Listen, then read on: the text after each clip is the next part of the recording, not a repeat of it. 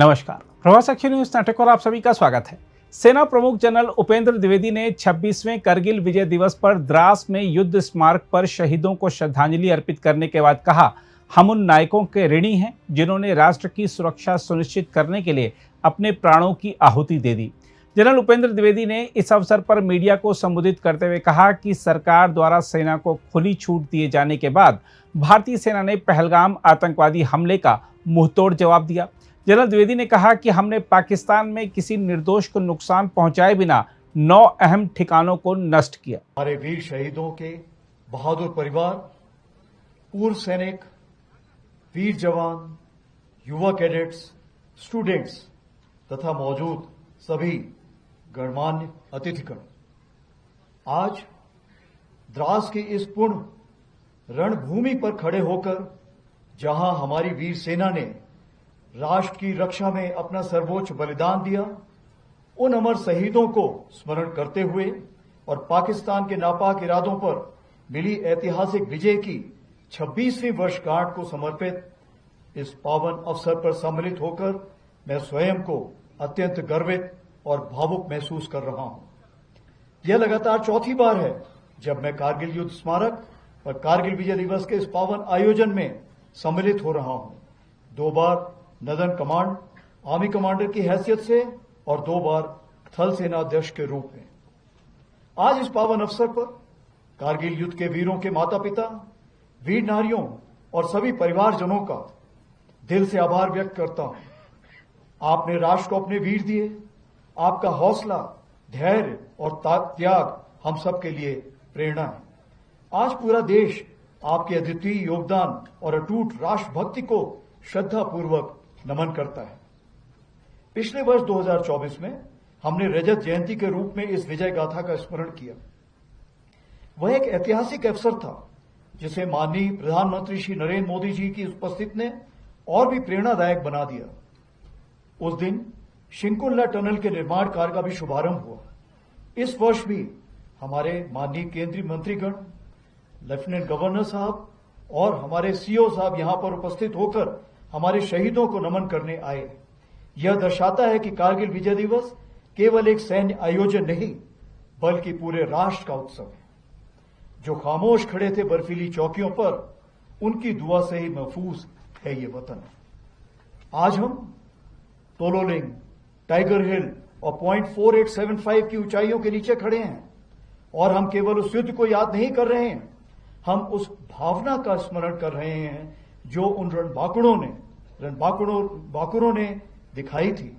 हमें याद है वह दृढ़ संकल्प जो उनकी आंखों में था, वह अदम्य साहस जिससे उन्होंने हर कठिनाई को मात दी। हमें स्मरण है वह नारा, वह चेतावनी, वह प्रण जो हर योद्धा के मुख से निकला। हमें श्रद्धापूर्वक नमन करते हैं उन बहादुर नायकों को जिन्होंने मृत्यु को गले लगाया ताकि हम गरिमा के साथ चैन की जिंदगी जी सके। साल 1999 में भारतीय सेना ने ऑपरेशन विजय के अंतर्गत कारगिल की ऊंचाइयों पर एक अद्वितीय विजय प्राप्त की थी। उस युद्ध में भारतीय सेना ने ऊंची पहाड़ियों पर बैठे पाकिस्तान सैनिकों और घुसपैठियों को खदेड़कर हमारी सीमा से बाहर कर दिया था और तिरंगे को इन बर्फीली चोटियों पर फहराया था। यह वह क्षण था जब भारत ने स्पष्ट कर दिया कि उसकी सीमाओं के भीतर किसी भी नापाक इरादे को सफलता नहीं मिलेगी। भारत की एकता और अखंडता पर कोई आंच नहीं आने दी जाएगी। इसी परंपरा को आगे बढ़ाते हुए ऑपरेशन सिंदूर के दौरान भी भारतीय सेना ने उसी अदम्य साहस और दृढ़ संकल्प के साथ पाकिस्तान समर्थित टेररिस्ट इंफ्रास्ट्रक्चर को निशाना बनाया और पाकिस्तान की अन्य आक्रामक कार्रवाइयों को प्रभावशाली ढंग से विफल करते हुए एक निर्णायक जीत हासिल की। हमने शांति को अवसर दिया, पर उसने कायरता की कार्रवाई की और उसका उत्तर केवल हमने पराक्रम से दिया। ऑपरेशन सिंदूर हमारा संकल्प, संदेश भी और उत्तर भी। पहलगाम में हुई कायरतापूर्ण आतंकी हमला पूरे देश के लिए गहरी चोट था, लेकिन इस बार भारत ने सिर्फ शोक नहीं जताया बल्कि ठान लिया कि अब जवाब निर्णायक होगा। देशवासियों का अटूट विश्वास और सरकार द्वारा दी गई रणनीतिक स्वतंत्रता से भारतीय सेना ने एक सुनियोजित, सटीक और निर्णायक जवाब दिया। भारतीय सेना ने 6 और 7 मई की रात को पाकिस्तान और पाकिस्तान ऑक्यूपाइड जम्मू एंड कश्मीर में 9 हाई वैल्यू आतंकवादी ठिकानों को निशाना बनाया, बिना किसी मासूम नागरिक को हानि पहुंचाए हुए।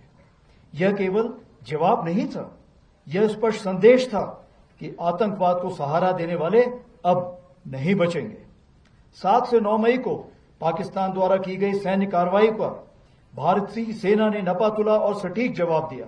हमारी आर्मी एयर डिफेंस एक अजय दीवार बनकर सामने खड़ी रही, जिसे कोई ड्रोन या मिसाइल भेद नहीं सका। यह सब होल ऑफ नेशन अप्रोच के अंतर हुआ, जहां थल सेना, वायुसेना, नौसेना और अन्य सरकारी और प्राइवेट डिपार्टमेंट्स सब एक साथ मिलकर खड़े हुए, जिसमें एनजीओ भी शामिल थे। जो भी शक्तियां भारत की संप्रभुता, अखंडता या जनता को क्षति पहुंचाने की योजना बना रही हैं, उन्हें करारा जवाब दिया जाएगा और आगे भी दिया जाएगा। यही भारत देश का न्यू नॉर्मल है। आज की भारतीय सेना न केवल वर्तमान चुनौतियों का सफलतापूर्वक सामना कर रही, बल्कि हम नित्य प्रतिदिन एक परिवर्तनशील, आधुनिक और भविष्य उन्मुख शक्ति के रूप में तेजी से अग्रसर हो रहे हैं। इसके अंतर्गत रुद्र के रूप में नई ऑल आर्म्स ब्रिगेड का गठन किया जा रहा है, जिसका सैंक्शन मैंने कल ही दिया है, जिसमें infantry, mechanised infantry, armoured units, artillery, special forces, unmanned aerial system जैसे फाइटिंग कंपोनेंट्स को एक साथ रखा जाएगा और विशेष रूप से तैयार किया जाएगा, जिसमें शामिल लॉजिस्टिक सपोर्ट और कॉम्बैट सपोर्ट होंगे। इसी क्रम में भैरव लाइट कमांडो बटालियन के रूप में एजाइल और घातक स्पेशल फोर्सेस का गठन किया गया है, जो सीमाओं पर शत्रु को चौंकाने के लिए हमेशा तैयार है। हर इन्फेंट्री बटालियन में ड्रोन प्लेटून का गठन किया गया है। वहीं आर्टिलरी में शक्तिमान रेजिमेंट बनाई गई है, जो ड्रोन और काउंटर ड्रोन इक्विपमेंट और लॉयटर म्यूनिशन के साथ लैस होगी। हर रेजिमेंट में एक दिव्यास्त्र बैटरी भी बनाई गई है, जो कंपोजिट बैटरी होगी और इन्हीं सामानों से लैस होगी। इन चीजों के मद्देनजर हमारी मारक क्षमता अब आने वाले दिनों में कई गुना बढ़ जाएगी। उसी प्रकार से आर्मी एयर डिफेंस को स्वदेशी मिसाइल सिस्टम से इक्विप किया जा रहा है।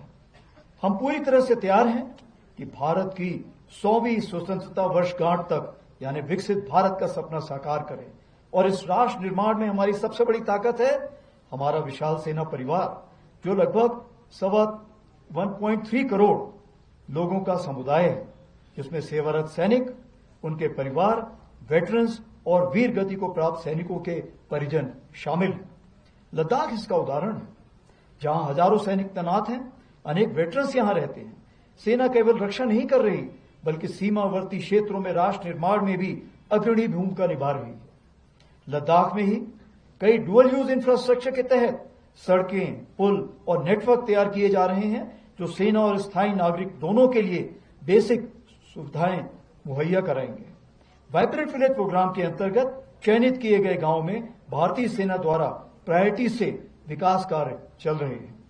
बॉर्डर टूरिज्म को बढ़ावा देने के लिए battlefield tourism, spiritual, ecological, heritage और एडवेंचर टूरिज्म जैसे क्षेत्रों में कार्य किया जा रहा है, जैसे कि आज आपने खुद देखा इनॉग्रेशन में, जिससे युवाओं को रोजगार मिल रहा है। सेना स्थानीय युवकों के लिए टूर गाइड, माउंटेनियरिंग और एडवेंचर स्पोर्ट्स में ट्रेनिंग देकर आत्मनिर्भर बना रही है। स्मार्ट बॉर्डर्स पहल के तहत लद्दाख और अन्य दूर स्थित इलाकों में मोबाइल नेटवर्क पहुंचाने के लिए सेना के कम्युनिकेशन टॉवर्स का उपयोग हो रहा है। प्राकृतिक आपदा के समय राहत और बचाव कार्यों में सेना अहम भूमिका निभा रही है। हमारे वेटरन्स जो हमारे आदर्श हैं, आपका योगदान हमारी नींव है। भले ही आपने वर्दी ना पहनी हो, लेकिन आपका जज्बा और राष्ट्र के प्रति समर्पण आज भी उतना ही अमूल्य है। आप न केवल हमारी सेना की गौरवशाली विरासत के वाहक हैं, बल्कि राष्ट्र निर्माण के लिए एक महत्वपूर्ण स्तंभ भी है। मैं युवा कैडेट्स और छात्रों को यह बताना चाहूंगा कि आज का दिन केवल एक ऐतिहासिक यादगार नहीं, यह राष्ट्र निर्माण का आह्वान है। आपने देश की सेवा ईमानदारी, शुद्धता और राष्ट्रभक्ति के साथ करें, चाहे वह सेना, विज्ञान, शिक्षा, चिकित्सा या उद्यमिता कोई भी रूप हो। कारगिल विजय दिवस हमारे लिए केवल स्मृति नहीं, यह वचन है भारत की संप्रभुता, अखंडता और सम्मान की रक्षा के लिए अंतिम सांस तक लड़ने का। हम शांति प्रिय हैं पर कमजोर नहीं। हम संकल्पित हैं, सजग हैं और अडिग हैं। हमारे शहीद हमारी प्रेरणा है। हम अपने वीरों को विरासत को आगे बढ़ाएंगे। आइए आज हम एक साथ संकल्प लें कि हम भारत को सुरक्षित, सशक्त और विकसित बनाएंगे। इसमें क्योंकि समूचे भारतवर्ष का योगदान है, तो मैं जरूर उस समय कारगिल के वक्त जब हमारे प्रधानमंत्री श्री अटल बिहारी वाजपेयी थे, उनकी कुछ पंक्तियां सुनाना चाहूंगा। कुछ कांटों से सज्जित जीवन, प्रखर प्यार से वंचित यौवन, नीरवता से मुखरित मधुवन, परहित अर्पित अपना तन मन, जीवन को शत आहुति, जलना होगा गलना होगा, कदम मिलाकर चलना होगा। हम आपको यह बता दें कि सेना प्रमुख जनरल उपेंद्र द्विवेदी ने 26वें करगिल विजय दिवस के उपलक्ष्य में एक पोर्टल समेत 3 परियोजनाओं की शुरुआत की। लोग इस पोर्टल के जरिए शहीदों को श्रद्धांजलि दे सकते हैं। जिन परियोजनाओं की शुरुआत की गई है उनमें QR कोड आधारित एक ऑडियो गेटवे शामिल है, जिस पर लोग 1999 के करगिल युद्ध से जुड़ी वीर गाथाएं सुन सकते हैं। इसके अलावा इंडस व्यू पॉइंट ऐप लोगों को बटालिक सेक्टर में नियंत्रण रेखा तक आभासी तरीके से जाने का मौका मुहैया कराता है। इसके अलावा केंद्रीय मंत्री मनसुख मांडविया और रक्षा राज्य मंत्री संजय सेठ ने करगिल विजय दिवस के मौके पर करगिल युद्ध स्मारक पर पुष्प अर्पित करके वीर जवानों को श्रद्धांजलि दी। लद्दाख के उपराज्यपाल कविंद्र गुप्ता ने भी करगिल युद्ध स्मारक पर पुष्पांजलि अर्पित की। शहीदों के परिजन और स्थानीय निवासी सुबह 6 बजे से ही युद्ध स्मारक पर पहुंचने लगे थे और उन्होंने सबसे पहले श्रद्धांजलि अर्पित की। इसके बाद हेलीकॉप्टर से स्मारक के ऊपर पुष्प वर्षा की गई। उधर राष्ट्रपति द्रौपदी मुर्मू ने 1999 के करगिल युद्ध में अपने प्राणों की आहुति देने वाले सैनिकों को श्रद्धांजलि देते हुए कहा कि विजय दिवस देश के जवानों की असाधारण वीरता और दृढ़ निश्चय का प्रतीक है। द्रौपदी मुर्मू ने कहा कि राष्ट्र के प्रति जवानों का समर्पण और सर्वोच्च बलिदान देशवासियों को सदैव प्रेरित करता रहेगा। वहीं प्रधानमंत्री नरेंद्र मोदी ने करगिल विजय दिवस की 26वीं वर्षगांठ की बधाई देते हुए कहा कि यह दिवस करगिल के पहाड़ों से पाकिस्तानी घुसपैठियों को खदेड़ने में भारतीय सशस्त्र बलों की सफलता का प्रतीक है।